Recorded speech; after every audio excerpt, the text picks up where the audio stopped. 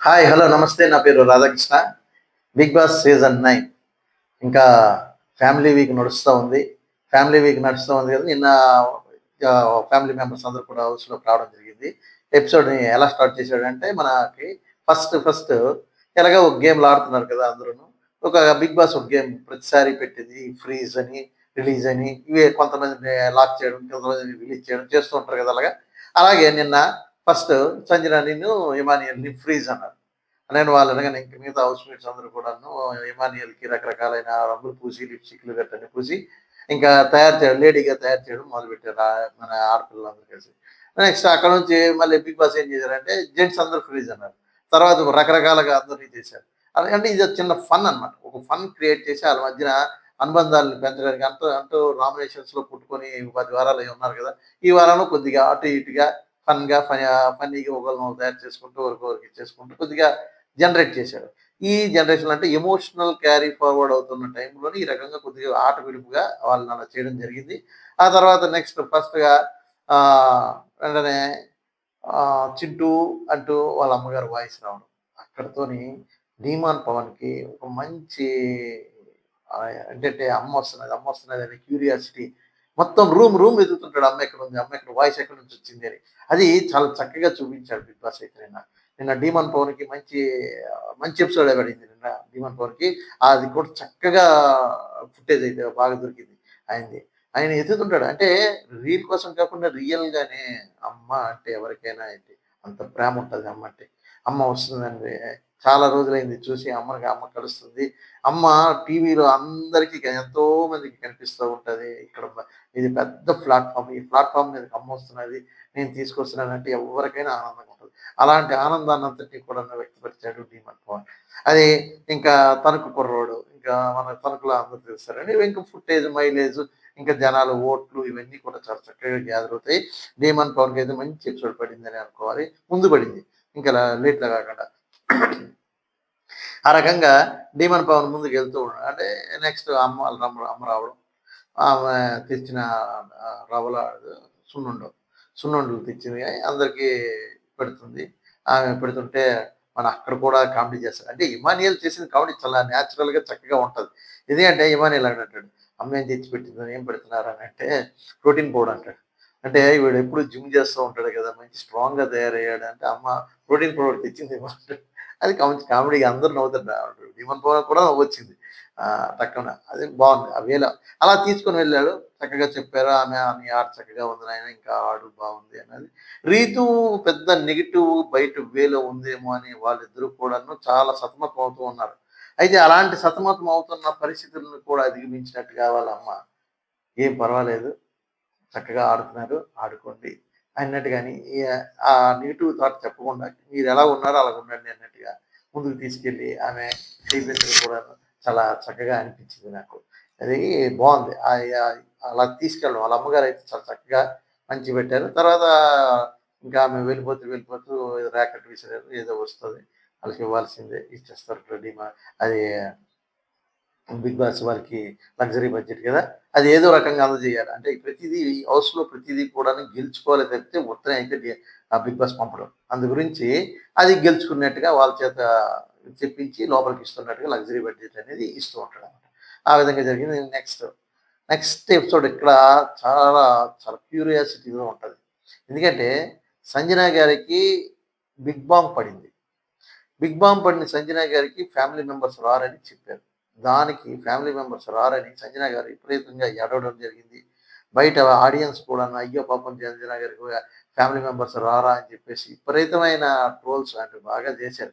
Big boss ఆడవాళ్ళు ఉసురు పోసుకుంటున్నాడు, ఆడుకుంటున్నాడు. ఇది అది అని అన్నారు.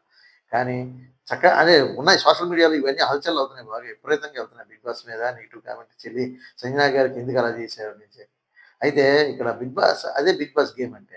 జనాల్లో ఆడుకొని చేసి టక్‌మని ఒకటి ట్విస్ట్ పెట్టి మళ్ళీ అందిస్తాడనమాట. అంటే దానివల్ల హైప్ వస్తుంది బాగా. అలా సంజన గారు మొదటి నుంచి ఆమె చుట్టే ఆట తిరుగుతుందేమో అనిపిస్తూ ఉంటది. ఈ సీజన్ 9 అంతా కూడా. ఇప్పుడు సంజన గారిని ఏడిపించింది కూడా మళ్ళీ నవ్విస్తుంది కూడా ఆ హైప్ కోసమే. ఎందుకంటే టక్‌మని ఇప్పుడు సంజన గారికి ఒక ఛాన్స్ ఇచ్చారు.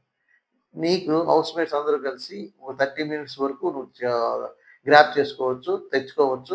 ఎవరినైనా ఇస్తానంటే నీకు ఫ్యామిలీ మెంబర్స్ వస్తారు అని ఆఫర్ ఇచ్చాడు. ఆమెకి ఉత్సాహం మామూలుగా లేదు. అయితే ఎవరిని అడగాలి? ఎలా అడగాలి? ఆమె అనుకోని అందరిని అడుగుదాము. ఒక ముగ్గురు మెంబర్స్‌ని అడగమన్నాడు కదా బిగ్ బాస్ అని వసి ఇమానియల్‌ని ఇలా చెప్పుద్ది. చెప్పగానే ఇమానియల్ వెంటనే నేను 15 పాయింట్స్ ఇస్తాను. అంటే 15 నిమిషాలు నువ్వు టైం తీసుకో. నాకు 30 మినిట్స్ చాలు. నేను 15 మినిట్స్‌లో మాత్రమే తీసుకో నీకు అని ఇమానియల్ వెంటనే సాక్రిఫైస్ చేస్తాడు. సాక్రిఫైస్ చేయగానే ఇమానియల్ ఆమె కళ్యాణ్ కూడా ఒక 5 మినిట్స్ ఇస్తాను తీసుకో అన్నట్టు. ఇమానియల్ ఆపుతాడు. ఇక్కడే ఇమానియల్ మైలేజ్ పెరిగేది. ఇలాంటి పాయింట్‌ల్లోనే, ఇలాంటి వాటిల్లోనే మైలేజ్ పెరిగేది. ఎప్పుడైనా ఆడియన్స్ దృష్టిలో ఎంత మంచి అవుతాము, ఎంత నెగెటివ్ అవుతాము అనేది ఇక్కడ ముందుకు వెళ్తూ ఉంటది. వీటిని మైలేజ్ తీసుకొచ్చి బి వాళ్ళ తాలూకా యాటిట్యూడు, పర్స్పెక్షన్ ఎలా ఉంది? ఎలా చూసే విధానం ఎలాగుంది? ఆ కోణాన్ని ఆడియన్స్ కోణాన్ని చుట్టూ ఆలోచన చేసి ఆట ఆడాలి. ఇక్కడ ప్రతిది గేమే. మనీలు ఆడింది గేమే అవ్వచ్చు. కానీ జెన్యూన్‌గా చెప్పుండొచ్చు. కానీ గేమ్‌లో విధంగా చూసింటే డెఫినెట్‌లీగా ఇమానియల్‌కి మైలేజ్ పాయింటే అది. ఎందుకంటే ఇమానియల్ చెప్తాడు కళ్యాణ్‌కి ఉన్నదే 15 నిమిషాలు. వాళ్ళ అమ్మ వాళ్ళు ఫ్యామిలీ మెంబర్స్ వస్తే 10 నిమిషాలు సరిపోదు. 5 నిమిషాలు వద్దు తీసుకోవద్దు, తీసుకోవద్దు అని చెప్తాడు. అలాగే సంజన గారు భరణి గారిని అడుగుదాం అనుకుంటది. కానీ అడగను అంటది. ఎందుకంటే ఇంతకుముందు భరణి గారు నీకు త్యాగం చేశాను, నీకు డాలర్ ఇచ్చాను, అది నీకు చూపించానని రకరకాలుగా నీకు హెల్ప్ చేశానని చెప్తుంటారు. అది ఆమెకు నచ్చలేదు. దానివల్ల ఏమైంది?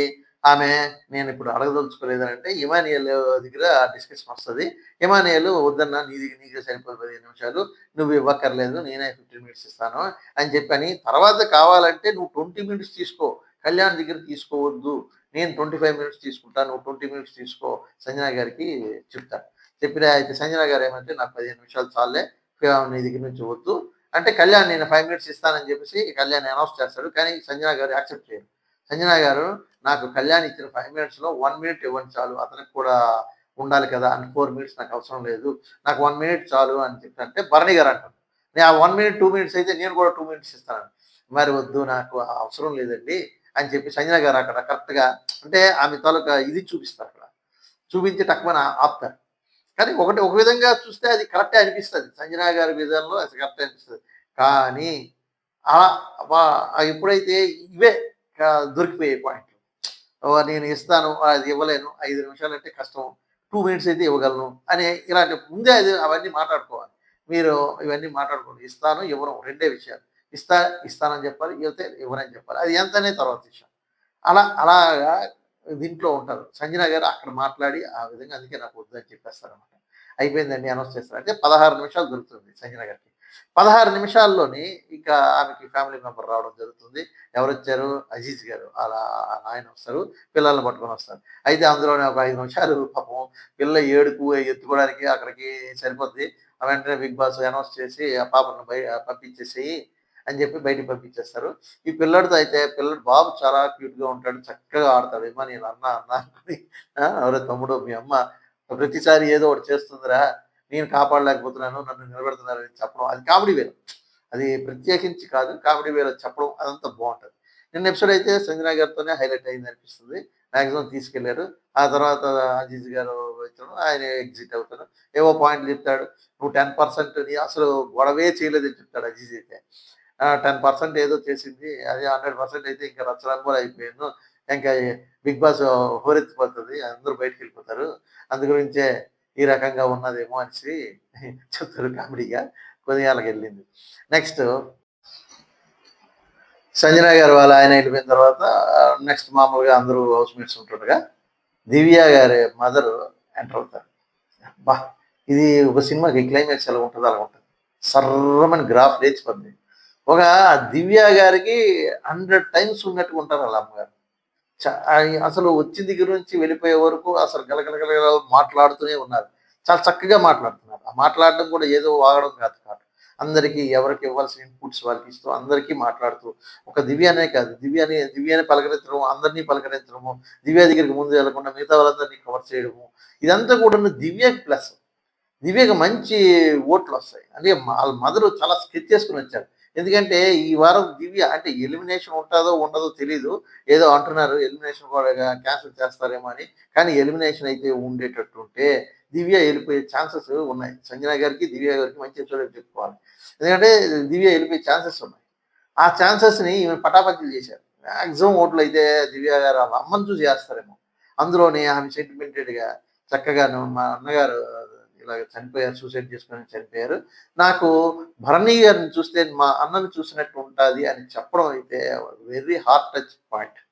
బాగా అందరికి హార్ట్ టచింగ్ అవుతుంది. మామూలుగా లేదు. అది ఇప్పుడు ఎవ్వరైనా సరే మన సొంత మెంబర్స్ అంటే సొంత ఇంట్లో వాళ్ళు ఆ విధంగా అనిపిస్తున్నారు అనంటే ఎవరికైనా సరే కళ్ళంట నీళ్లు రావచ్చు. వస్తాయి కూడా. ఎందుకంటే భరణి గారు ఆ దెబ్బకి అలాగా స్టన్ అయిపోయి ఏమిటి ఎంత ప్రేమ కురిపిస్తున్నారు, ఎంత ప్రేమగా అభిమానాన్ని చూపిస్తున్నారు అని చెప్పి అలా ఉండిపోతాడు. నిశ్చేష్టుడు అయిపోయాడు. అసలేం మాట్లాడలేకపోతాడు. భరణి అసలు ఏం మాట్లాడకుండా అలా చూస్తూనే ఉంటాడు. దివ్యాని చూస్తూ ఉంటాడు. వాళ్ళ అమ్మగారిని చూస్తూ ఉంటాడు. అలా అందరిని చూసి అలాగా నిశ్చేష్టులుగా అలా ఉండిపోయి అలా ఉండిపోతున్నాడు. అంతటి అభిమానాన్ని పెంచుకున్నారా నా పైన అని చెప్పి. అంతే ఎవరికి కొన్ని కొన్ని సందర్భాల్లో మాటలు రావు. అలాంటి ప్రేమాభిమానాలు కనిపించినప్పుడు మాటలు రావు. ఎందుకంటే అంతటి అంటే ఒక వ్యక్తి మీద ఇంకో వ్యక్తి తాలూకా అభిమానాన్ని చూపించినప్పుడు ఏం చెప్పాలి అనేది తెలియకపోవడమే అంతటి అవి ఐస్ ద్వారా ఎక్స్‌ప్రెస్ చేస్తూ ఉండిపోవడం తప్పితే మరింకేం చేయలేము. మాటలు రావు. అలాంటి మాటలు, అలాంటి భావనలో ఉన్నాడు భరణి. చాలా చక్కగా ఉన్నాడు. నిన్నైతే చాలా సూపర్‌గా అనిపించాడు నాకు భరణి అయితే. నెక్స్ట్ ఆ తర్వాత దివ్య వాళ్ళ అమ్మగారు అన్నీ చేసుకొని అందరికీ చెప్పారు. అందులోని మంచి పాయింట్ అయితే మా పెద్దమ్మాయి నేను ఏదైనా సరే చెప్పాలనుకుంటే నా చేతుల నుంచి అన్నీ లాక్కొని ఆమె చేసేస్తుంది నాకు తెలియకుండానే. అంతటి చొరవతో ఉంటుంది మా పెద్దమ్మాయి. అలాంటిదే తనూజ అని చెప్పి. మొత్తం హౌస్‌మేట్స్ అందరి చేతుల్లో నుంచి గేమ్‌ను నువ్వు లాగేసుకున్నావు అనే మాట చెప్పకనే చెప్పింది వాళ్ళ అమ్మగారు. ఆళ్ళందరూ హౌస్‌మేట్స్ అందరికి టక్కుమని నిజంగా గేమ్ అంతా కూడా తనుజ చేతిలోనే ఉందా? అంత అయిపోయిందా? కప్ వెళ్ళిపోయిందా? అన్నట్టుగా అనిపిస్తది అందరికి.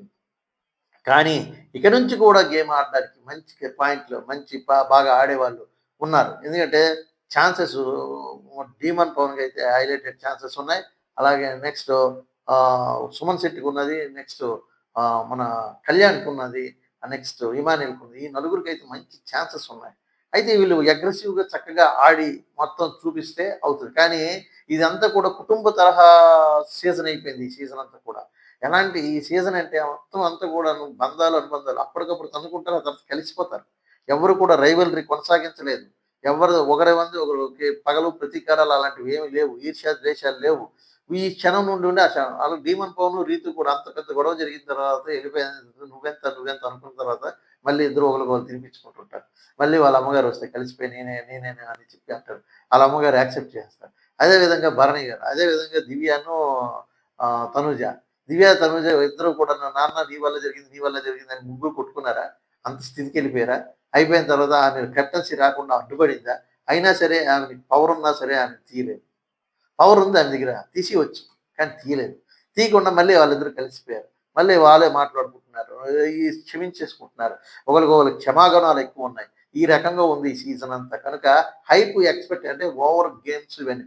ఇక నుంచి ఈ 3 వారాల్లోని ఏమైనా గేమ్స్ గట్టా హైయర్ గేమ్స్ ఇచ్చి ఒకళ్ళకొకళ్ళు పోటీ పడేటట్టుగా ఉంటే ఏదైనా సీజన్ మారొచ్చు.